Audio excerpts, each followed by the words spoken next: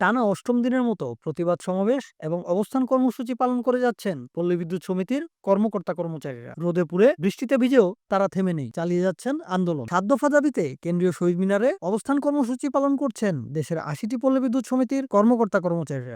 আজ আমরা ৮ দিন যাবৎ এখানে কর্মবিরতি দিয়ে এখানে অবস্থান করেছি।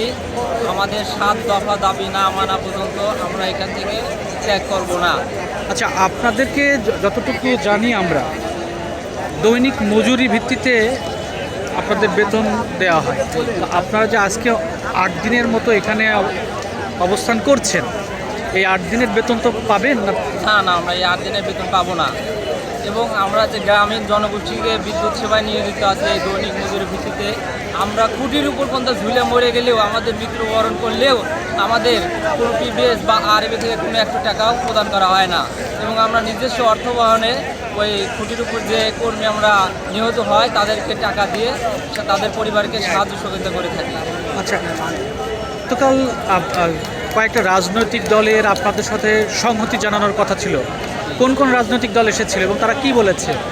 আমাদের রাজনৈতিক দলের বিভিন্ন ভাই আমাদের কাছে এসেছিল এবং তারা সম্মতি জানিয়েছে এবং খেলাফতের আমির আমাদের সম্মতি জানিয়েছে এবং বাংলাদেশ জামাত ইসলামের আমির আমাদের সম্মতি জানিয়েছে। আমাদের এবং বাংলাদেশ জাতীয় বিশ্ববিদ্যালয় এবং ঢাকা বিশ্ববিদ্যালয়ের ছাত্র সমন্বয় সহ সুশীল সমাজ, শিক্ষিত সমাজ সবাই আমাদের সম্মতি জানাইছে। আমাদের আন্দোলন যৌক্তিক দাবি সহ সমাধান, আমাদের আন্দোলনের সমর্থন জানিয়েছে বাংলাদেশ জামাত ইসলাম, বাংলাদেশ খেলাফত, বাংলাদেশ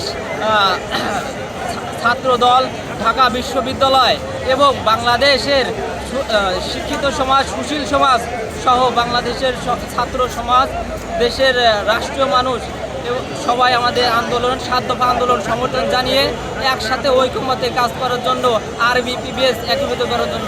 আপনারা কতটা, আপনাদের অষ্টম দিন, তো আপনাদের দাবি দেওয়া সম্পর্কে কি ধারণা পেচ্ছেন বা কি সিদ্ধান্ত হতে যাচ্ছে?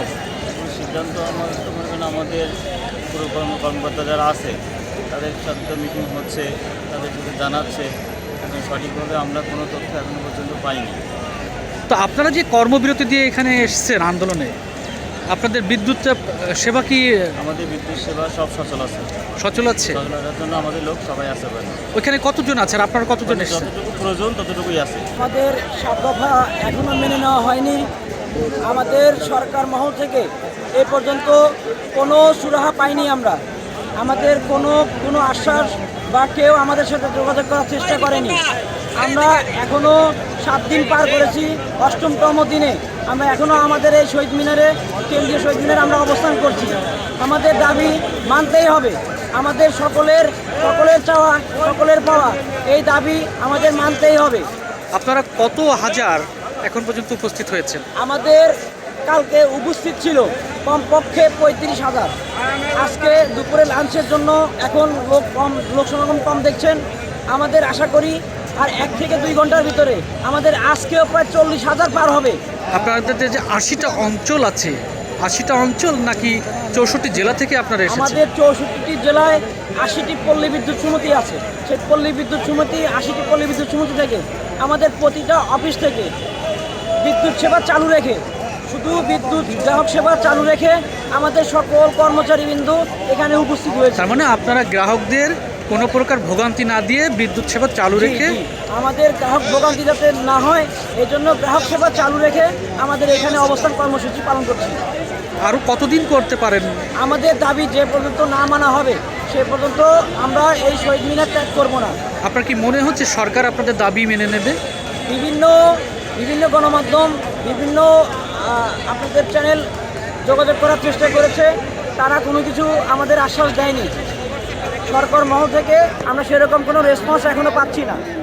উল্লেখ্য, ৭ দফা দাবিতে রাজধানীর কেন্দ্রীয় শহীদ মিনারে ২১শে মে থেকে আন্দোলন শুরু করে দেশের ৮০টি পল্লী বিদ্যুৎ সমিতির কর্মকর্তা কর্মচারী। এরই মধ্যে ২৭ মে সকাল থেকে কর্মবিরতি শুরু করেন তারা। ভিন্ন চাকরিবিধি বাস্তবায়ন, হয়রানি বন্ধ, মামলা প্রত্যাহার সহ ৭ দফা দাবিতে বিদ্যুৎ সেবা চালু রেখে কর্মবিরতি শুরু করেন সারা দেশের ৮০টি পল্লী বিদ্যুৎ সমিতির কর্মকর্তা কর্মচারী। এমন পরিস্থিতিতে পল্লী বিদ্যুৎ সমিতি সংস্কারে একটি কমিটি গঠন করেছে সরকারের বিদ্যুৎ বিভাগ। News desk, Bangla flow.